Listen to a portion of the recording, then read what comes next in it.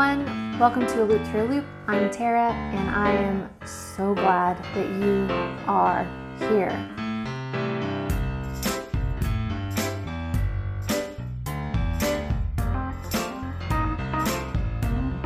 I am glad that you stopped by and are taking some time out of your day to hopefully enjoy yourself, and I hope I can keep you company for just a little bit. It has been quite the month, and I normally publish my podcast around the last Friday of the month, but this time I needed a couple of extra days just to make sure that I was in the right headspace and also that I could have some sunlight to film with. And the sun is out, my head is in a good place right now, so I want this month's episode to just kind of be like a little light in a time that feels a little crazy with the way people are treating people. And so we're going to focus on something that can give us a little bit of joy, or maybe some hope that everything's going to be okay in a time where it doesn't feel okay. Let's get into FOs.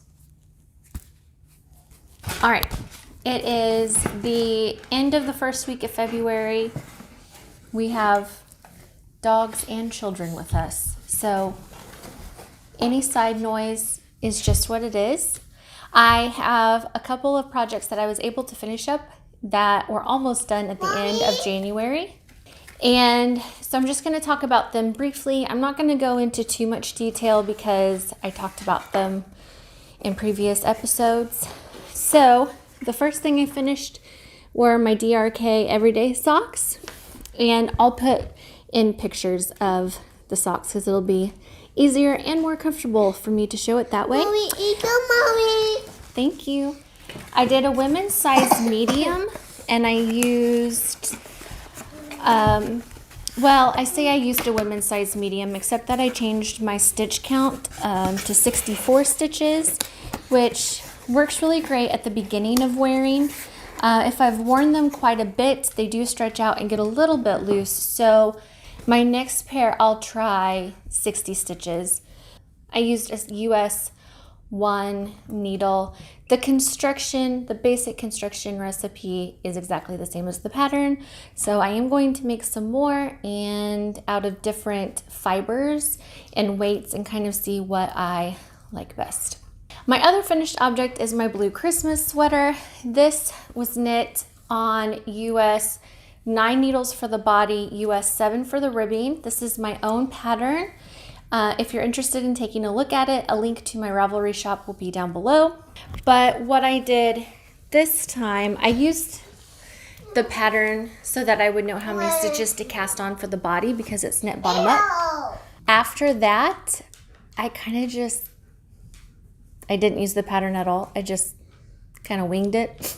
The main thing that I changed in the pattern is instead of a rolled neckline or an I-cord bind off at the neck, I did a 3-inch neckline.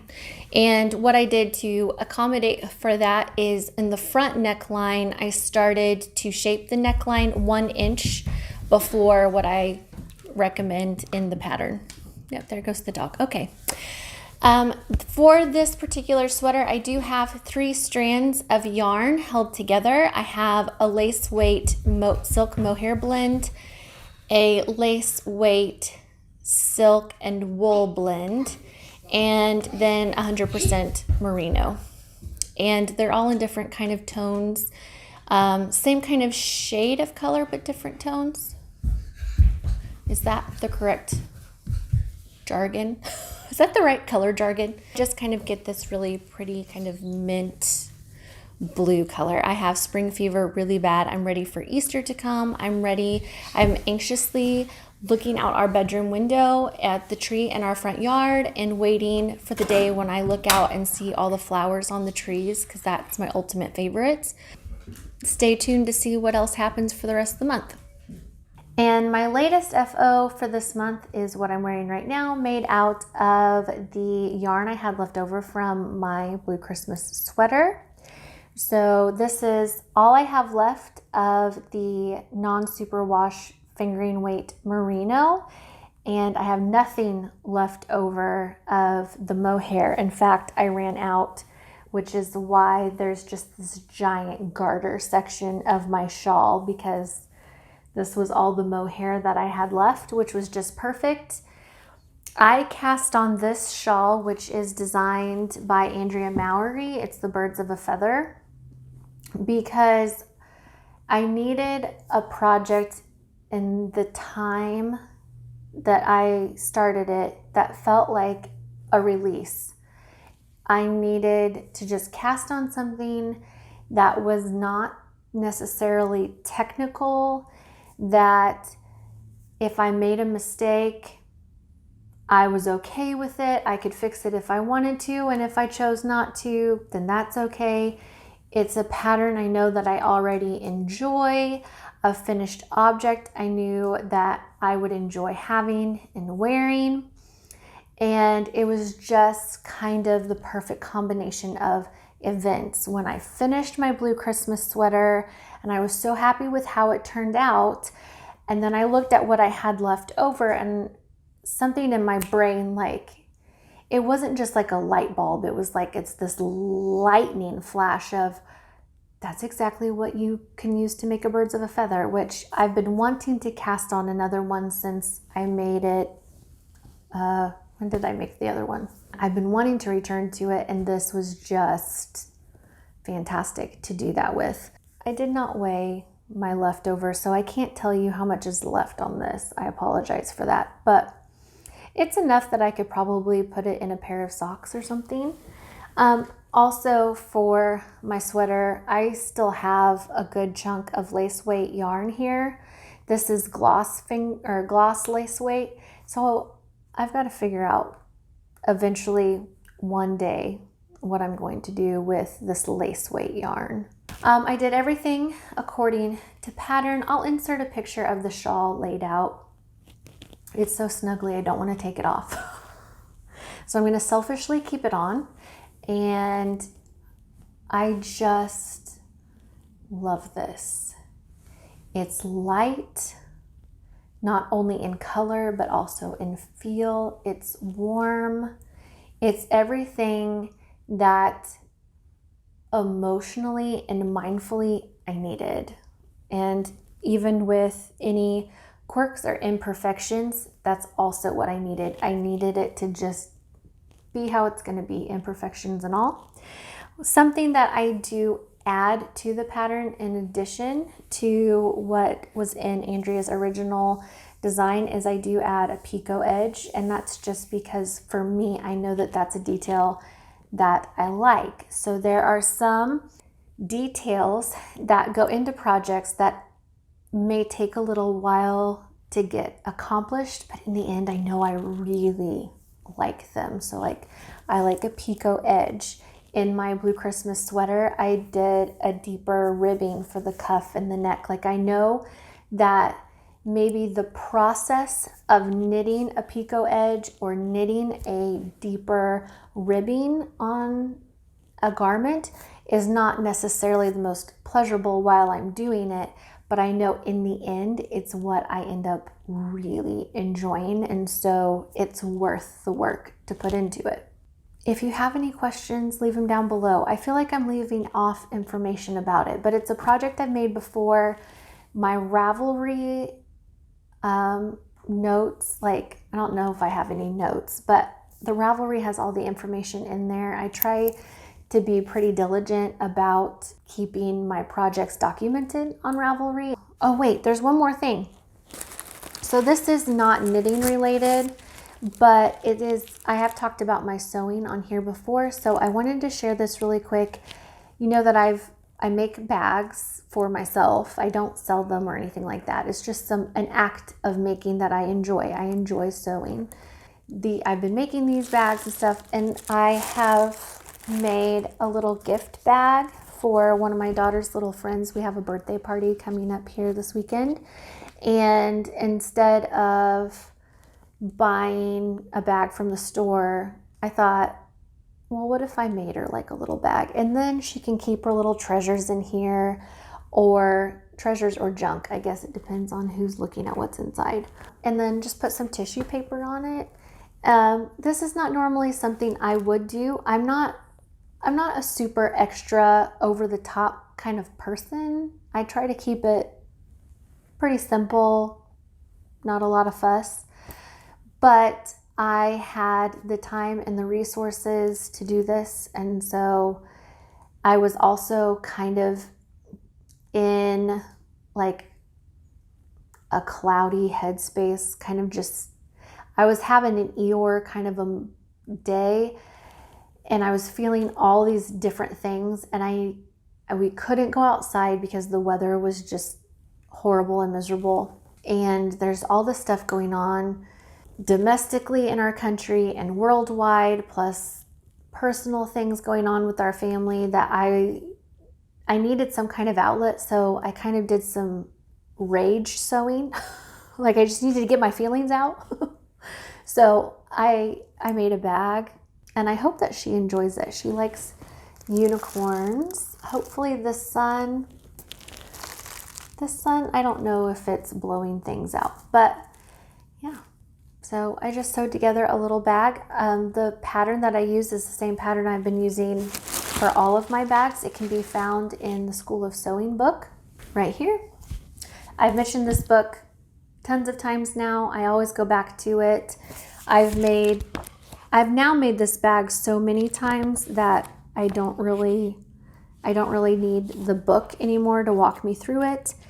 And I kind of just make up my own dimensions for whatever is intending to go in the bag. Then I measure it off of the dimensions of the bag, off of what I want to go into it. So if you were interested in sewing some bags of your own that are like a drawstring bag, similar to this, here's what the picture looks like. Here's the sample in the book. You can find this pattern if you don't want to buy the book. You can find the sewing pattern by Jenny Baker, and I think she has a couple different sizes that you can make. The book only has one size, but anyway, I do and always recommend this book for household items. There's just so many things in here. And one of the last projects, I've mentioned this before, you can make a quilt at the very end. That's kind of like your last project. And I have an idea of something that I want to do with the quilt, but I don't want to go too far into it because it's still percolating in my brain. And until it manifests, I kind of just want to keep thinking on it. So now let's get into whips. So, works in progress. Here's the deal. With what I was currently working on, I had all these ideas of things that I should be able to get done in February based on what I got done in January. And that just wasn't the case for February. So after I finished my sweater and my socks, I immediately cast on this shawl, which was a very spontaneous project to make. And this took up, I pretty much did this monogamously. I did not touch my half wrap, and it wasn't until just recently that I picked up my relief wrap again. So I'm not really going to touch on those very much. I did finish my sleeve. I don't know if I had this completely finished in the last podcast. I haven't gone back to rewatch it or anything. The first sleeve of my cardigan that I've started, it is complete, but I haven't touched this either, and that's okay. All three of these projects are intended to be more long-term, real slow burn kind of projects. Oh gosh. So I didn't really do much with them at all during February. But I do have one project that I have cast on. So the socks that I finished this month that I just showed you previously, in Ravelry, I named those while I was waiting, because I would work on them while I'm in the school pickup line, or while I'm in the dance class lobby, or, while I'm waiting for the kids. I average about 5 to 6 hours of waiting per week while my kids are doing whatever it is that they need to do. And, if I have to either wait in the van or wait in a lobby somewhere, this is the project that I have now cast on again. So it's another pair of DRK Everyday socks. The color scheme is very similar to the other pair with the pink toe. I'm using Sandnes Garn Sisu for the toe. And then the body of the sock, I don't know what yarn it is because it was sent to me, gifted to me. So I don't know what it's made of. I'm assuming it's a superwash. And I'm very much enjoying it. I think it's striping up really cute. So this is just something that I can work on and just kind of keep me interested while I'm waiting and feel productive. And I've kind of been trading off what I'm working on. I'll either, depending on what it is that I need in the moment, I might knit on these socks or I might do some reading. It kind of just depends what I need to do to take care of myself for the day. So that's really all I have been working on right now. Like I said, I've picked up my relief wrap and I am starting to make a little progress on this last ball. But this right now is my main focus for the rest for March. My main focus is to get this wrap done. It's the closest thing to being completed. And with it starting to turn spring and get warmer, I would like to get that heavier piece finished. And then after I finish up that relief wrap, I will go back and work on the second sleeve of my cardigan. And then after that, I'm going to kind of just open myself up to, if I want to cast on something new, then I can start a new project or just do whatever. I want to keep my whips manageable. With the crisis happening in the Ukraine, there are patterns right now in support of the Ukrainian people. And so if you feel so inclined, you can go to Ravelry and look those up. I went online to Ravelry and found some patterns written by Ukraine pattern designers, and I purchased a few patterns. I purchased what I could for right now. And then I also realized a lot of the heartbreak and disaster that is happening in the world right now is what people are doing to other people. And the biggest impact that I can have right now is to very intentionally and fiercely and lovingly take care of my family and my kids and love them and treat them and teach them in the ways that I think are good for all of us. And so I realize that in this moment that seems not enough, but in the long term it could make all the difference. So I don't know. My heart's been pretty heavy with that and other things. Before I leave you, I do want to let you know that March and April should have a regularly scheduled podcast episode uploaded on normal time. The end of May may be not on time because we are expecting a baby boy at the end of May. So I have been keeping a little secret. So I am 27 weeks pregnant right now, baby boy is due at the end of May. And so I just wanted to give you plenty of heads up that if May's episode comes out a little early or not at all, to not worry. We are expecting another baby, and I can't tell you what expectations I have for the podcast after baby comes. As far as the scheduling of everything, I don't even know what's going to happen to my knitting practice. So I don't want to make any promises, and I don't want to set up any expectations other than to just say, hey, we're having a fourth baby. This is our last one. So let's just be flexible. That's the big news. So if you have any questions about any of the projects, because I realize I didn't go into too much detail really about any of them. This is kind of short and condensed because I need to go eat lunch and then we have a little bit of time, but then I have to go get our daughter at school. So I just wanted to pop in and tell you I didn't forget about February's episode. We're just a little late. We had to take care of our mental health and wait for the sun to come back out. And I realized a couple of months ago, like I would ask a question and then have you guys comment down below to respond to it. And then last month I forgot to do that. And when I realized that I didn't have that question, I was really bummed out because I really like reading what you guys have to say. I value your experience or your opinions.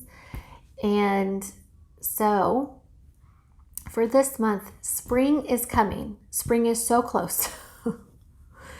It's so close. It's almost knocking at the door. My question is, in the springtime, we're going from winter transition to spring.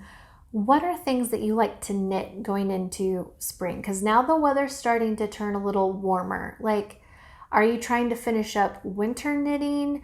Are you already casting on summer things? Because I thought, some people are starting to think about what they want to have, what they want to start making now so they have it for summer. But it's still kind of cool, and I can't wrap my head around using fiber for the warmer weather. Like, I'm still very much in a wool state of mind. Like, you can see my Holst Garn Super Soft color palette has been growing back here. I'm thinking of this as like a painter's palette because I'm really wanting to build up a color palette to do some color work. Like, I've never color worked before. I'm not ready to cast anything on yet, but I'm preparing to get everything ready for it.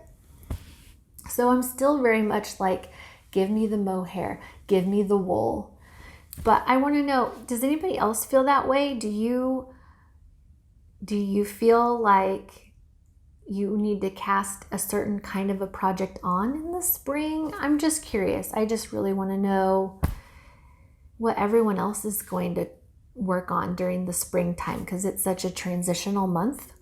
And also, I am complete garbage at hosting things myself. I'm rubbish at that. Hosting anything, really. I don't want to necessarily be in the limelight of anything or have to be the one that has to keep up with everything, but I would really like to be able to help or put a spotlight on others. And so right now, although she needs no help from me, Andrea Mowry is starting her March to May knit along where you can knit a shawl or a sweater of one of her designs. And she has more details, I think, on her website and her newsletter. On Instagram, she's starting to post and come out with more information about her DRK March to May knit along. And I think she's probably also going to be putting up a video on her YouTube channel with other information about that knit along.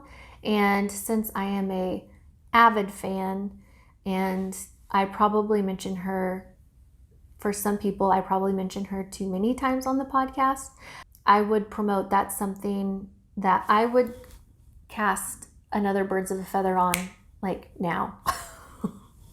Like, even though I have already said I want all this other stuff done first, I would be like, okay. So if you're interested, you can check that out.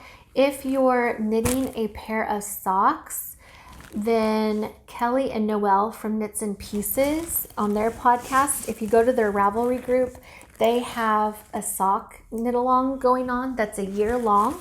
And their goal for this year is for the group to knit up 2022 pairs of socks to match, because it's 2022. So 2022 pairs of socks.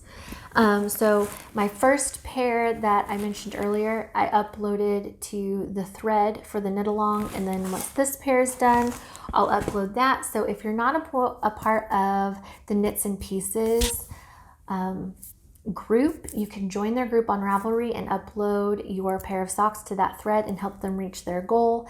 And if you haven't checked out the Knits and Pieces podcast, I highly recommend it because, one, they talk about Holskarn a lot, and I'm falling very hard for Holskarn. So I enjoy seeing what they make with that yarn and how they use it.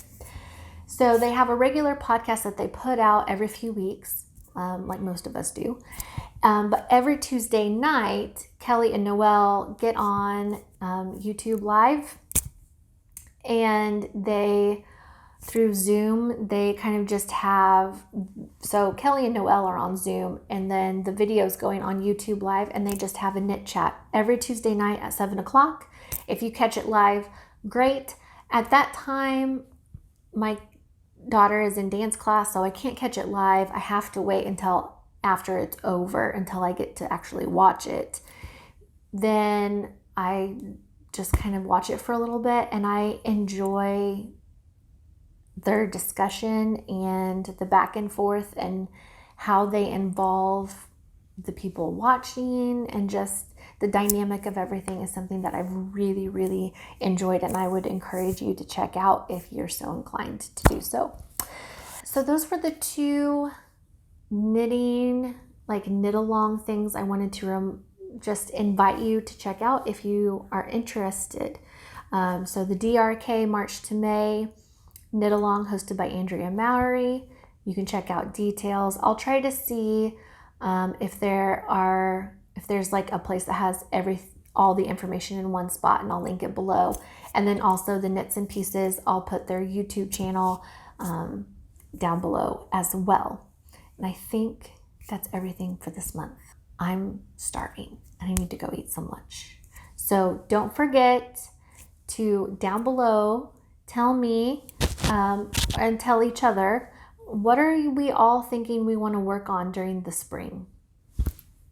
It's kind of just an in-between kind of time, right? It's still chilly, but it's starting to get warmer. So what are you making? And I'll catch you at the end of March. Bye.